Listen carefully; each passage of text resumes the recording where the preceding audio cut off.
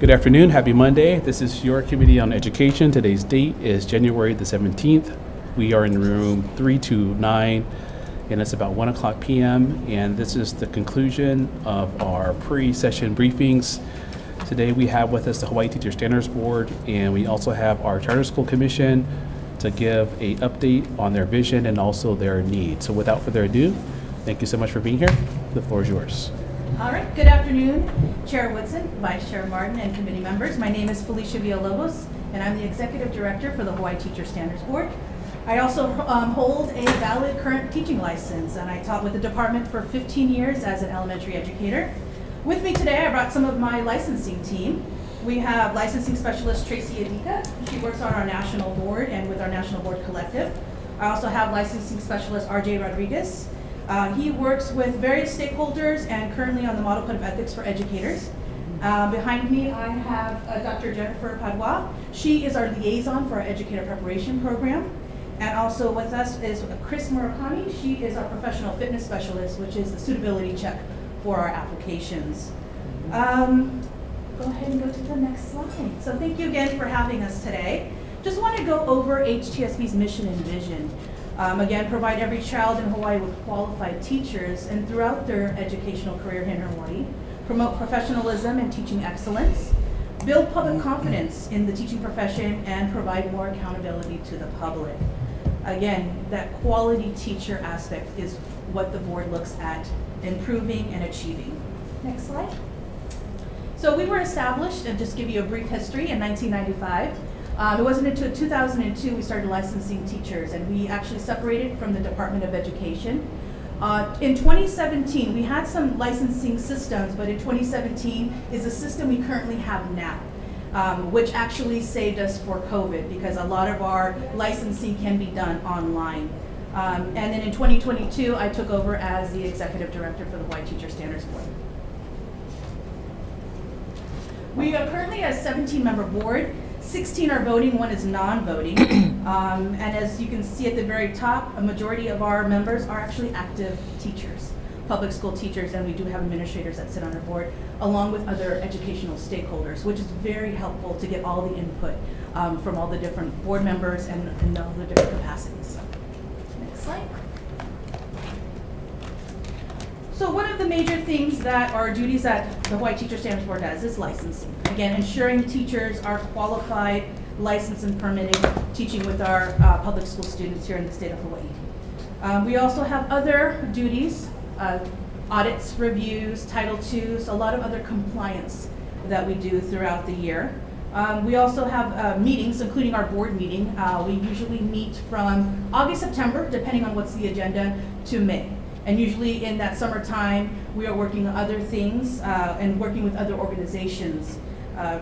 The bottom part of the organizations part, we actually formulate a lot of work groups. The work groups come together to create licensing requirements that would be recommended to our full board. So putting together a lot of stakeholders to talk about different licensing requirements. We also work with national organizations like the National Association of State Directors of Teacher Education and Certification, a long title, NASDAQ. And that actually, they house not only our clearinghouse, which looks at licenses that have some kind of penalty or adverse action on it nationwide. We actually subscribe to their clearinghouse so we get immediate feedback if something was to happen to a teacher's license in another state and they may have an account or a license in our state. But also they're working on the compact, the teacher compact that's coming up. But they currently, before the compact, had an interstate agreement, which is what we use for reciprocity from state to state. We also have accreditors that we work with. On the organization's part, we have AQEP, CAPE, and there's one missing from our slide. It's the World Indigenous Nations of Higher Education, and that is for our indigenous programs here in the state of Hawaii, our indigenous EPPs. We are also a part of a national organization called PESBA, and that stands for the Professional Educator Standards Board Association. So like us, we're an independent board. We meet with other states who have independent boards that are not a part of a Department of Education. And so we actually just had a meeting at one of our first annual meetings, and we got together and talked about licensing, laws, requirements, things that are happening nationwide with their own boards. So that's great to have a different perspective nationwide. Next slide. This is our performance from the 2021-2022 school year. And as you know, we were at the tail end of COVID. We have our online licensing system, as I mentioned, which pretty much saved us during COVID. We weren't doing application paper pencil anymore. In 2017, we transferred over to an online system. And then we can keep track of how many applications are submitted, license and permits that are issued, online messages that are sent, emails sent, and I can even track telephone calls. And we do have a customer survey that goes out that people want to complete, and currently we have an 80% positive customer service rating. So again, we try to license and get teachers licensed as quickly as possible, going through all their documents and making sure they meet requirements in our state. Next slide. Here's a breakdown of our licenses from 2017-2018 moving forward to this past year.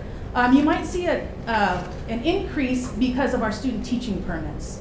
Back in 2019, 2020, we started having the EPPs recommend their teacher candidates for permits. And then we would be allowed to run it through the NASDAQ clearinghouse to ensure that no one in another state had a license, was taken away, or disciplinary action. They gave it up and was trying to come into our state. So the teaching permit, we just run that background on the clearinghouse with them. And it actually prepares them when they actually want to become a licensed teacher, how to use our system. They can convert their student teaching permit into a provisional license, and it kind of speeds up that process as well. Right now, I'm sure you guys know that we have about 13,000 teachers that's charter school and DOE. However, we have about 22,000 active licenses right now that our staff takes care of. So these could be people that have moved on to another state but want to keep their license active. It could be like us. We have an active license, but we're not in the classroom right now. So it could be principals that want to keep their license active as well. So again, about 22,000 active licenses and permits. Our Hawaii preparation programs, we currently have 14 approved EPPs, we call them, educator preparation programs, that output teachers. And as you notice the numbers, they're around 600 is what they provide Hawaii to help with the teacher shortage. But again, there's over 1,000 vacancies each year. So they're not quite meeting the needs. So we do get a lot of applicants from out of state.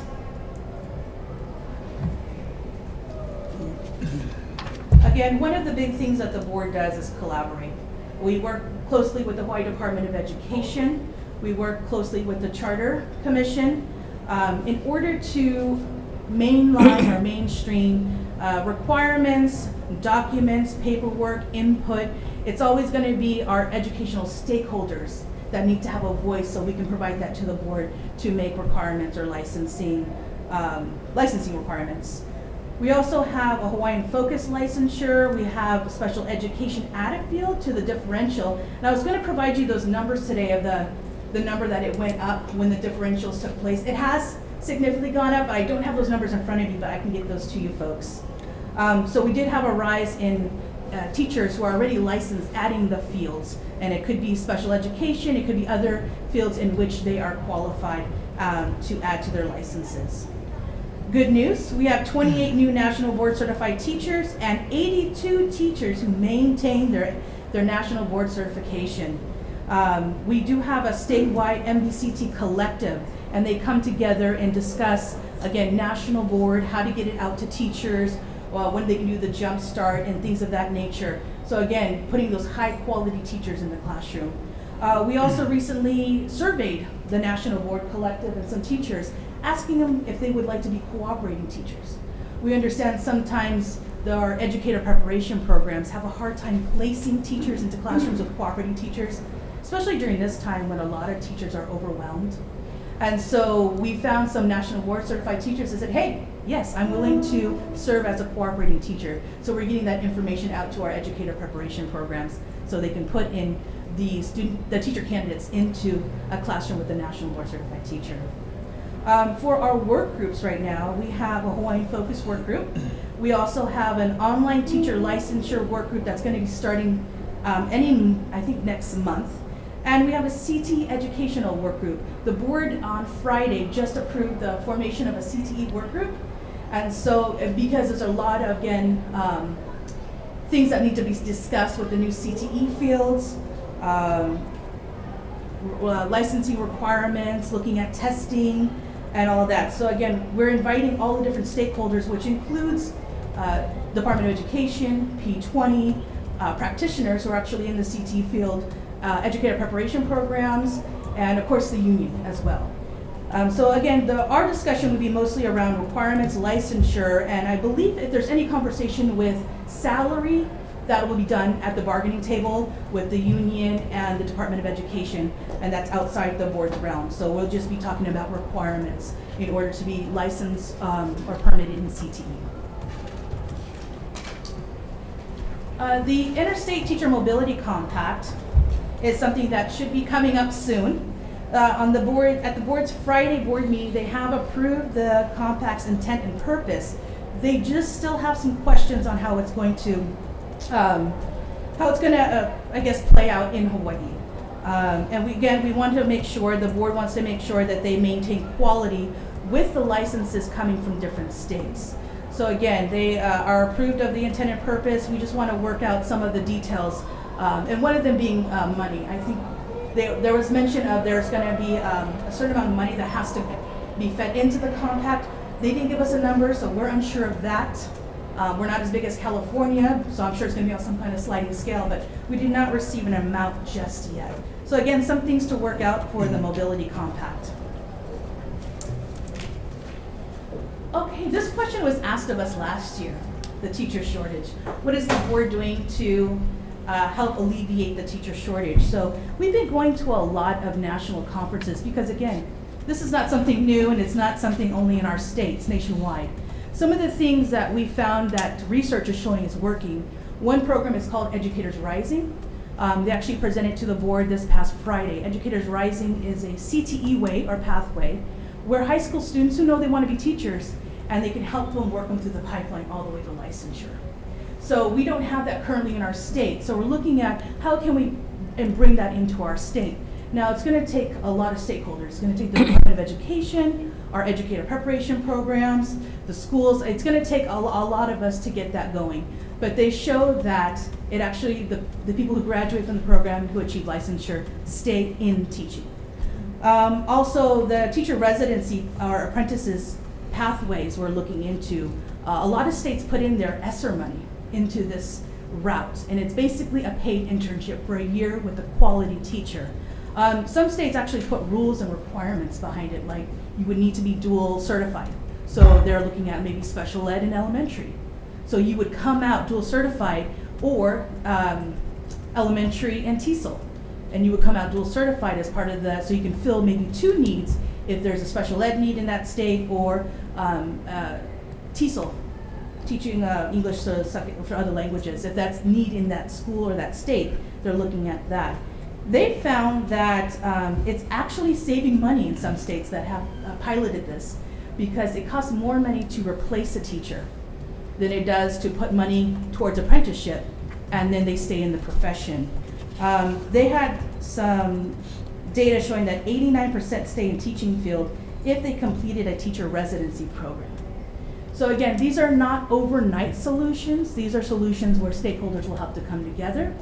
And it's hopefully longevity, 5-6 years, you would look at hopefully some type of retention results and maybe cost savings. They were also talking about different funding that different states are using. Well, I mentioned like the TESOL or the special ed.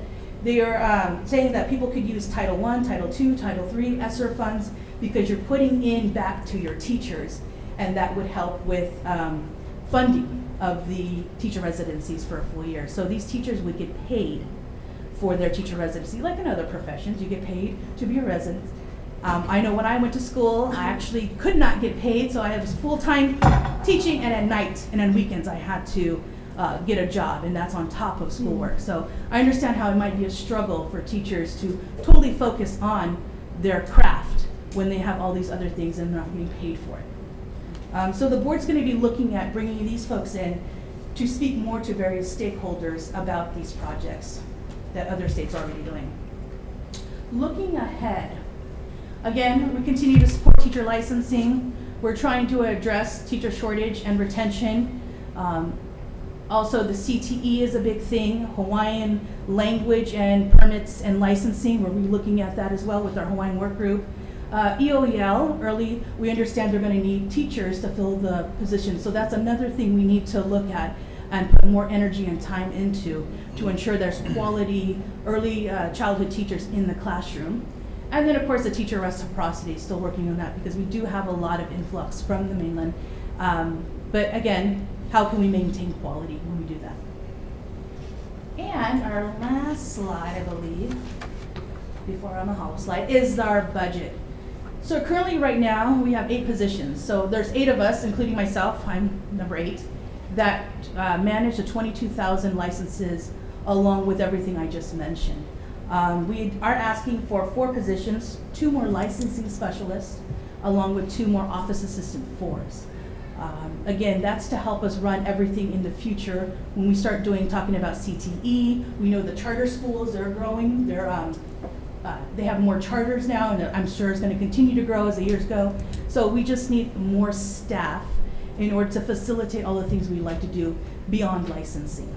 And I put that in there. We're actually in the Department of Education budget, their second budget. And that's it. We're available for any questions you folks may have. Thank you, ED Villalobos, for being here for that excellent presentation. Members, do we have any questions to start? Good question. What was that program, something Rising you said? Educators Rising. Educators Rising.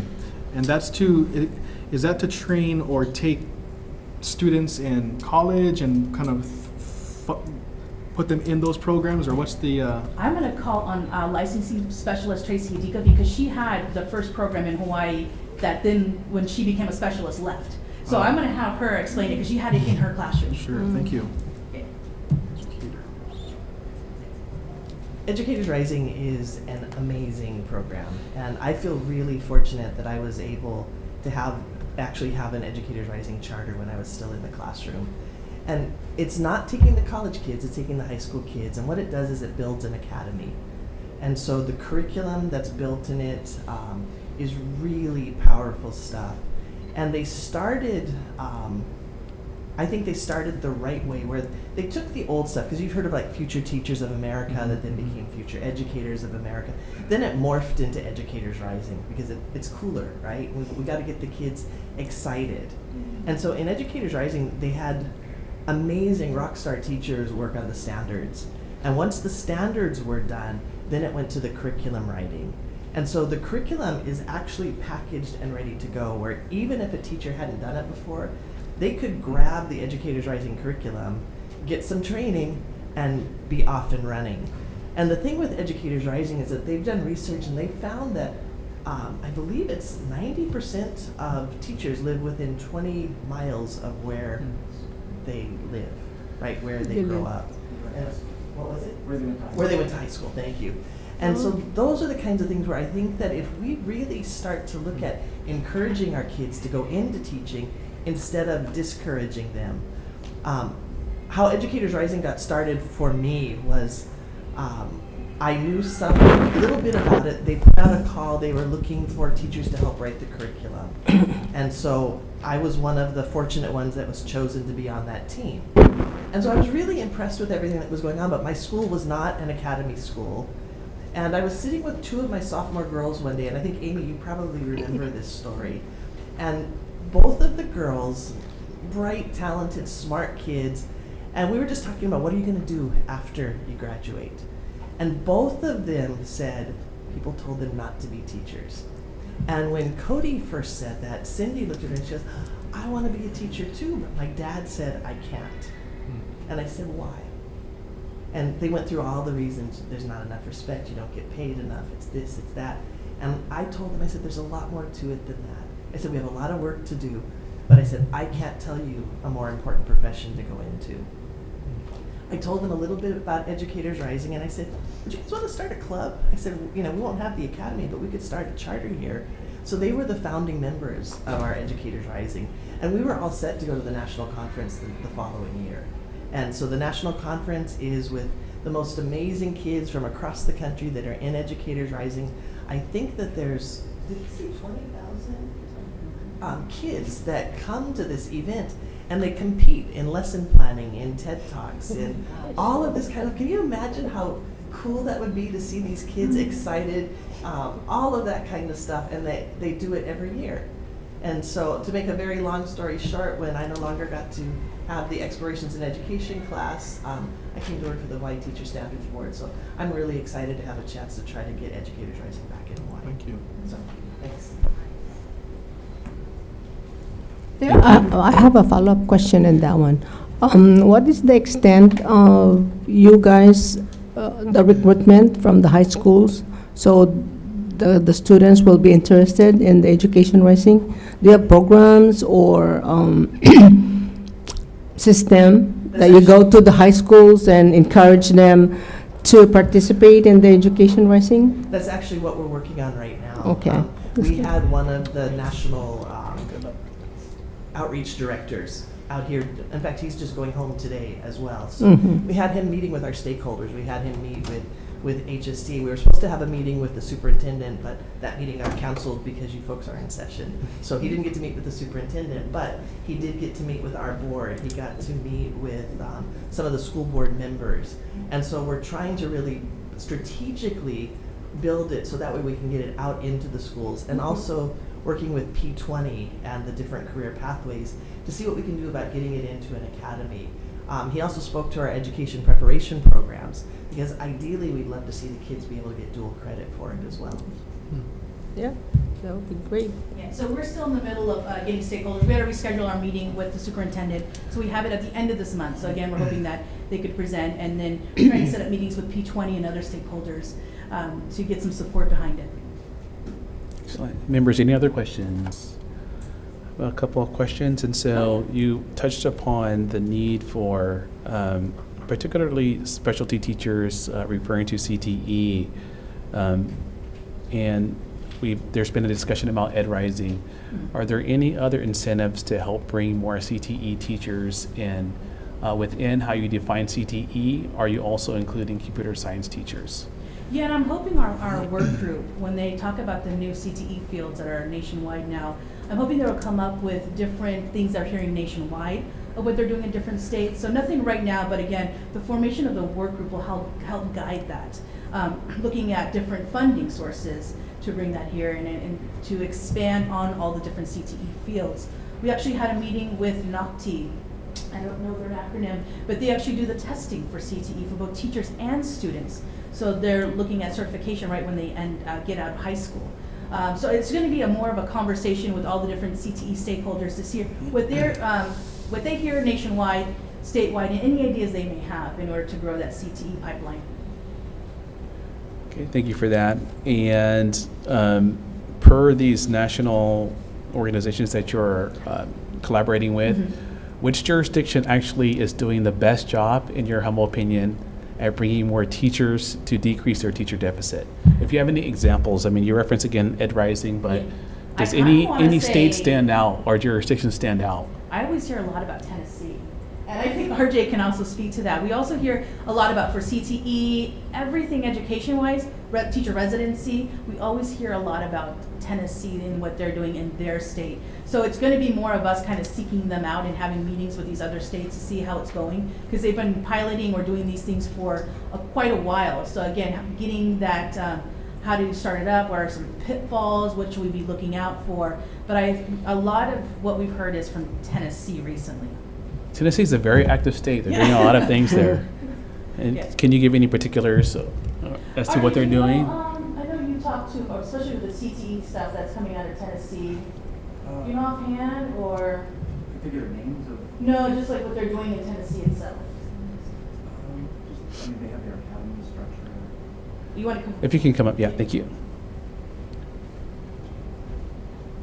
Thank you for that question. It's a great question, and I believe that we would take that as a challenge to look to see that now, because we haven't been looking and comparing. The Tennessee academy structure has been looked at very highly by our state. That I believe the Hawaii Department of Education has actually brought in some specialists from that do their work in Tennessee to kind of help guide the academy structure here. They also are doing a lot of incentives for apprenticeships and for kind of work study mostly work-based learning, apprenticeships, teacher. I don't know if they're doing the teacher residencies, but they are able to find a way where people are being paid to do some education work, whether it may not be a teacher, maybe an education assistant, paraprofessional, but they're getting that credit while they're working towards licensure. So they're looking at that, but I would say their academy structure is more connected to the business community right now, and I think that's what kind of puts them above other places, is their connection to the businesses. How do they do that? Because that's also an important aspect. We want to make sure that we're talking with businesses, so that we're aligning curriculum when we can. How do they go about making that connection? It's a great question. It's Tell us. Something. Just Well, kidding. Just kidding.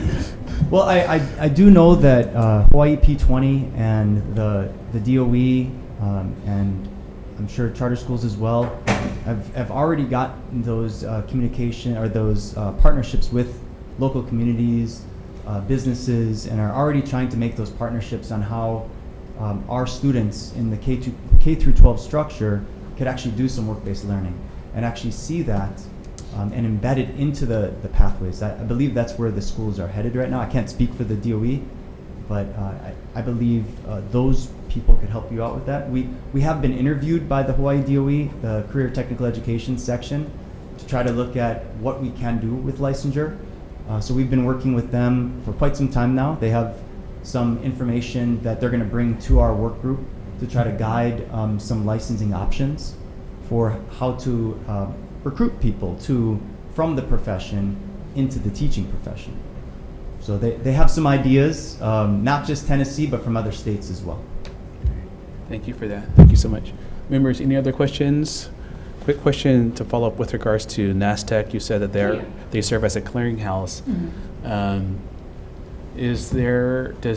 Does NASTEC within it have a mechanism that looks at those most educators, I should say, don't have any challenges, but there are, as there is the case in every profession, a subset that there are some of these challenges. And so, having said that, does NASTEC have a mechanism that if a teacher is under investigation, there hasn't been any action taken towards a teacher?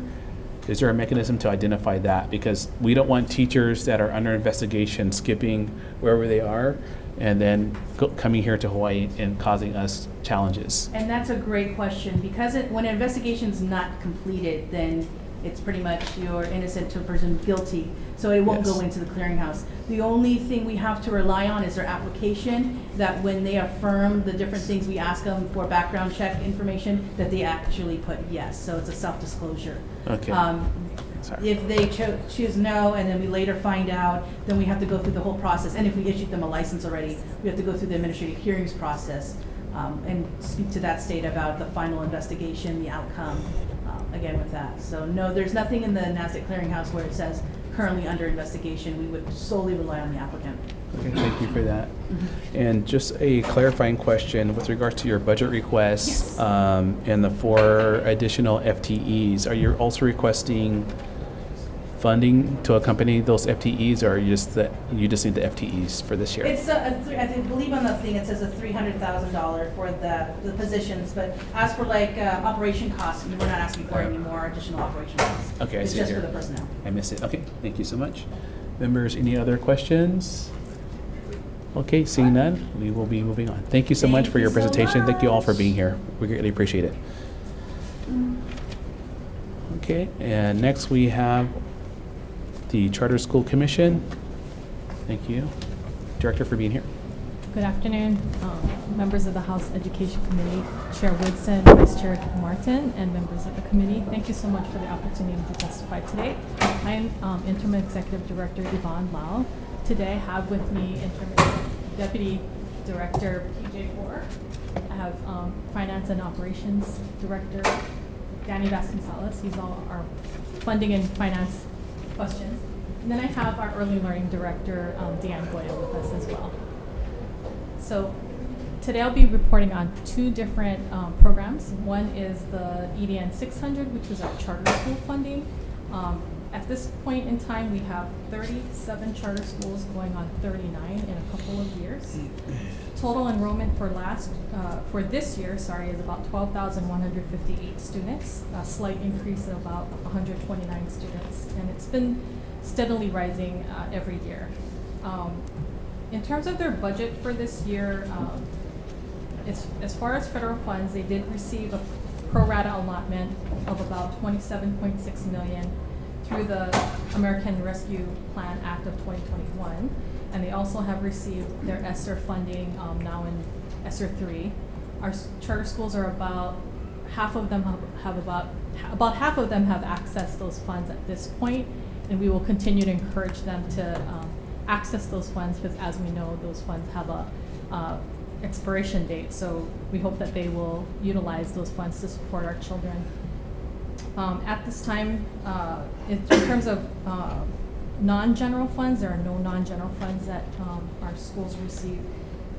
The total per pupil adjustments that are budgeted for the following years, fiscal year 24 and in 25, are essentially placeholders at this point. It's about 5.3 million increase over last year, and this is based on the budget that is being proposed for the Department of Education.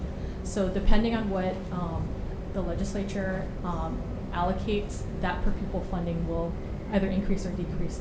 So they get a proportionate amount from that. For fiscal year 25, it's about 6.5 million increase from their budget.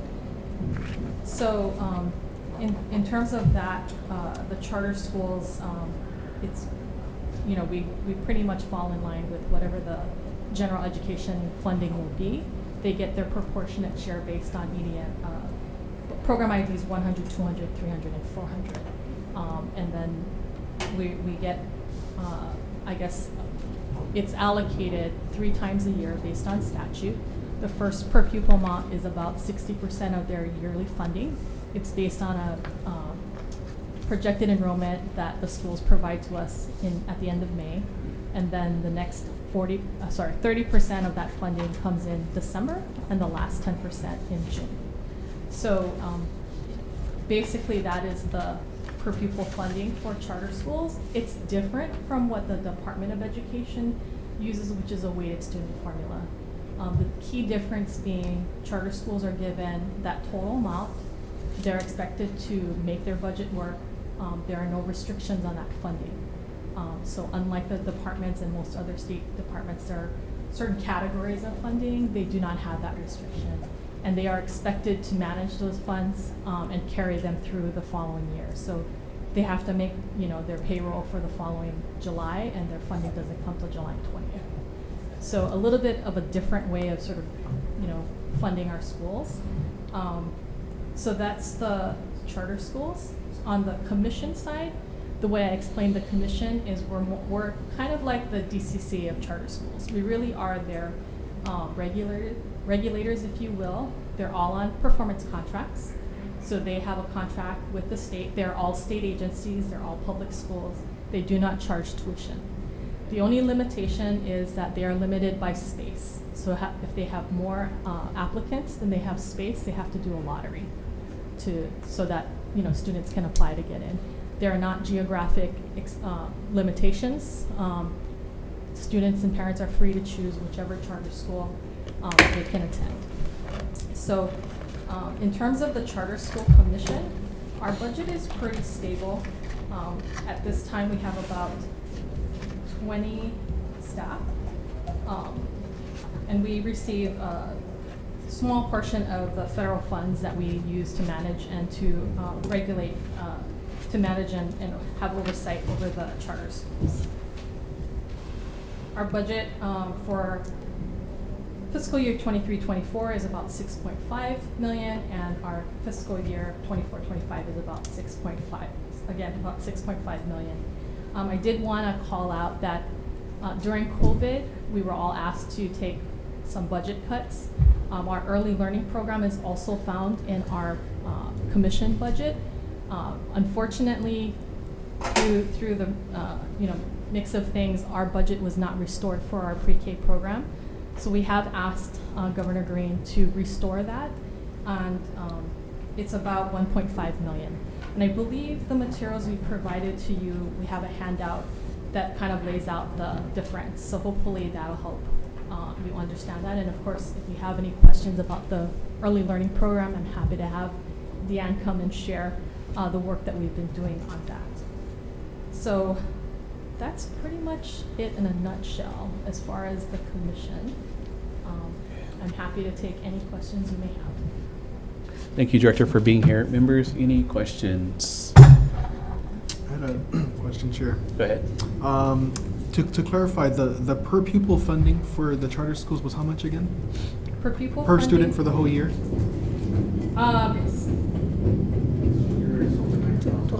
9,000? It's about 9,200 per student this year. Okay. And do you folks know the DOE funding for per pupil? Or no? Weighted student formula, not offhand. Okay. Something we can check with the department on, Representative, and then get that information Sure. out to you. Thank you. Thank you. It's higher It's higher. than. Higher. But they, yeah, Than it's what a- it was. Okay. It's calculated slightly differently. Thank you, Representative. Members, any other questions? Okay, just to piggyback on this conversation, and so per the statutory formula that's articulated there in 302 D dash et cetera, it doesn't account for special education funding. Right. It does not account for community schools. Right. I would argue that it doesn't really account for facilities funding holistically. You are correct. Facilities funding was not something that initially, when the charter schools were created, that the legislature provided for. And I believe at the time, the folks that advocated for charter schools did not ask for that and didn't feel that they, I think they had other expectations that they were going to be able to raise the funding and all that. So over the history of our charter schools is that they have not received facilities funding for their charter schools. Okay. And so last year, you alluded to that the legislature increased the funding for charter school operations. Yes. You referenced $5.3 million. That'll be for this coming year. It'll be an increase based on what the DOE's budget is.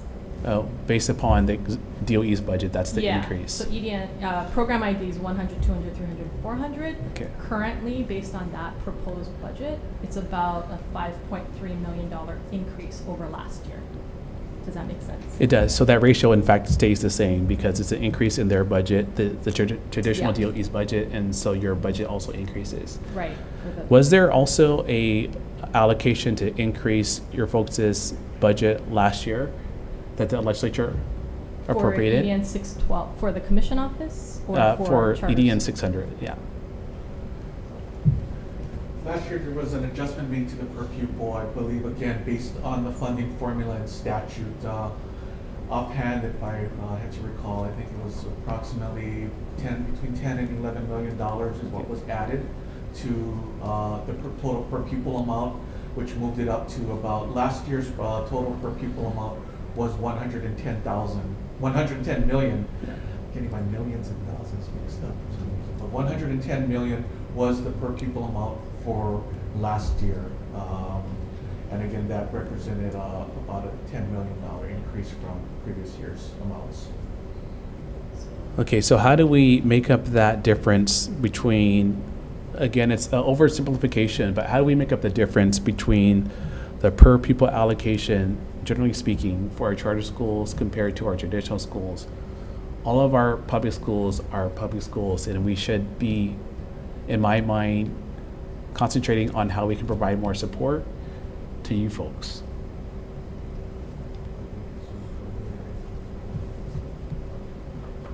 And not to take away from the traditional schools, but how do we add to the charter schools? I think, so as you identified, the SPED costs are kept by the department. So the department does provide special education for all public schools, department and charter. So that's why that portion of the program ID is not included in the per pupil funding.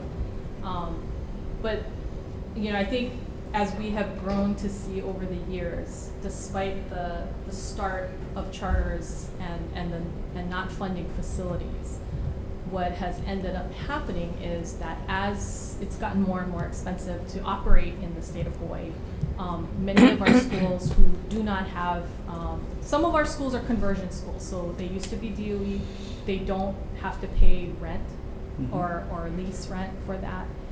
But many of our schools who we call startups have to find their own facilities, and that means going out into the community and renting from private property owners or from other businesses, and that's the cost that they are paying to educate our children. But that means that portion of the funding is not going towards student learning, right? We're not spending it on our students. So there is an argument on that side that to say that charter schools are public schools, but your agreement was when we started that you folks would be responsible for the facilities is something that is an ongoing challenge. And I think over the years, this committee definitely, and the commission itself, has supported more funding for facilities. Because we do see that many of our schools, and great schools that are operating, constantly are looking for facilities. And it's a distraction to the school, because although they provide great education to our children, every so many years they've got to find a facility, and that's not the way we want to support our public schools. And it's not fair to the students or the parents as well. So there are only probably 3 charter schools that do not have to pay rent or lease. Is that about the number, the magnitude of the number? I think we have a few more conversion schools. We have 5 conversion schools. And then we have some schools that are on state property that are on very low state lease rents. So that's also helpful. But again, facilities, the actual buildings themselves need to be maintained and all of those kinds of things. Okay, and per that agreement that you say was in place for charter schools not to receive funding for facilities, when was that agreement made? I wasn't around when charter schools first got started in the legislature, but I think there are legislators that remember that conversation when the state first authorized charter schools. That was their understanding, and I think there was a lot of, I think charter schools at the time were going to form associated nonprofits, so we're going to go out and fundraise and raise the money to support the school. But again, I think, as you are aware, there are so many challenges to running a public school these days. COVID-19 was an example of what can happen when a school system is under that kind of stress, and many of our charter schools had to deal with that. The other issues that we see, with school safety, the department has, as we expect, has an entire office department that deals with school safety. Our charter schools have to manage that on their own, and we do our best to provide them with whatever resources we can, but the reality is they, either they're going to build a fortress and then to protect our children, or they're going to be exposed. And I think the reality of running a public school in this day and age requires some kind of foundational support. So health and safety are 2 key things that we are starting to see is a key issue. So another example would be our Keiki Nurse program. So our charter schools, we are deeply grateful to the Department of Health, because they are providing the funding for our first year for a brand new telehealth program modeled after the department's Keiki Nurse program. And that's going to help our charter schools deal with the many health-related needs that public schools operate. But again, if the state's expectation is that our individual charter schools are going to have to manage that, I think it becomes more and more daunting. So was that agreement made in the 90s, 2000? When was it made? Charter schools began in the late 90s, early 2000s. In the 90s Yeah. or early 2000s? Yeah. Okay. What year are we in? Just kidding. Thank you. And so if within the constructs of the existing statute, if we were to change the language saying that, I think right now it's been a little while since I read it, that the Department of Education may provide funding for community schools or for community and special education, but they do not have to. If we were to change that may to a shall, how much money in addition would it bring into charter schools?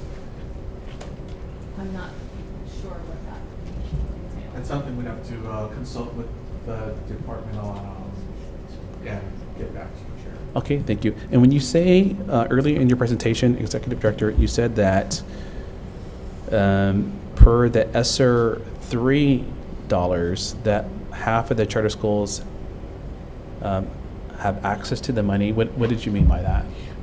All of them have been allocated ESSER 3 funding. They have to access it by, providing the requisite documentation. So what I meant was about half of our schools have already accessed that funding, and the rest of them, we will encourage them to continue doing that. Okay, that's sufficient. No, Yeah, that makes sorry. sense. Okay, thank you so much. And It's on a reimbursement basis, so that's why we have to wait for them to provide the requisite documentation, as all department, even the Department of Education schools have the same process. understood. Thank you for that. And you said that there was a reduction in your budget with regards to pre-K of $1.5 million. How are those classrooms operating now? So they are operating on the budget that it's not sustainable, is what I can tell you. So on this flyer, I'm not sure we Okay. provided it, but Oh, yeah, we have that. yeah, yes. it has a breakdown of the total cost with what our budget is currently and what we're asking for it to be restored. I think one of the things that maybe Deanne can share, but many of our charter schools, this early learning program in our pre-Ks, in our charter schools have been doing really, really well. And I will say the one thing about our charter schools is they have dedicated teachers that are very well seasoned. And so their starting pay is, they've been working as teachers for a long time. So our schools have to account for that difference. And that is why it makes this very unsustainable. They've been able to continue the program currently, but we want to be, and we are part of the effort to expand pre-K, but we do need to have our budget restored to pre-COVID levels. And then, of course, if there are additional classrooms that the state wants to open, we would need additional funding for those classrooms as well. We've had many of our schools asked to open additional classrooms, but we don't have that funding. Right now, we're only funded for 18 classrooms. So, whatever legislators can assist with would go a long way to helping expand that access. And I think the parents and the students who have been involved in or have had the opportunity to participate have really demonstrated strong student growth in that program. Thank you. Members, any other questions? Okay, Vice Chair. For the preschool programs in the charter schools, do they have the same eligibility criteria as a DOE school, income-based? Yeah, I think it's, Good question. yeah, I think it's I think ours is, yeah. So the act was revised in 2021, so we were under Act 210, and under Act, we began as Act 46, and so we had the same criteria as EOEL, and then in the subsequent year, they added 3-year-olds, so we've been servicing 3-year-olds for a couple of years now, and took away all the priority categories. So we only have the age requirement. So income, homelessness, that's important for many of our charter schools. In the community, there are no other preschools available because they're in remote rural areas. So for our families in those areas, it's important to have a choice, or even just a preschool to go to. Thank you, Vice Chair. Members, any other questions? Okay, seeing none, this concludes our informational briefing, our pre-session informational briefings. Thank you all for being here. Thank you for your discussion. Opening days tomorrow. Adjourned.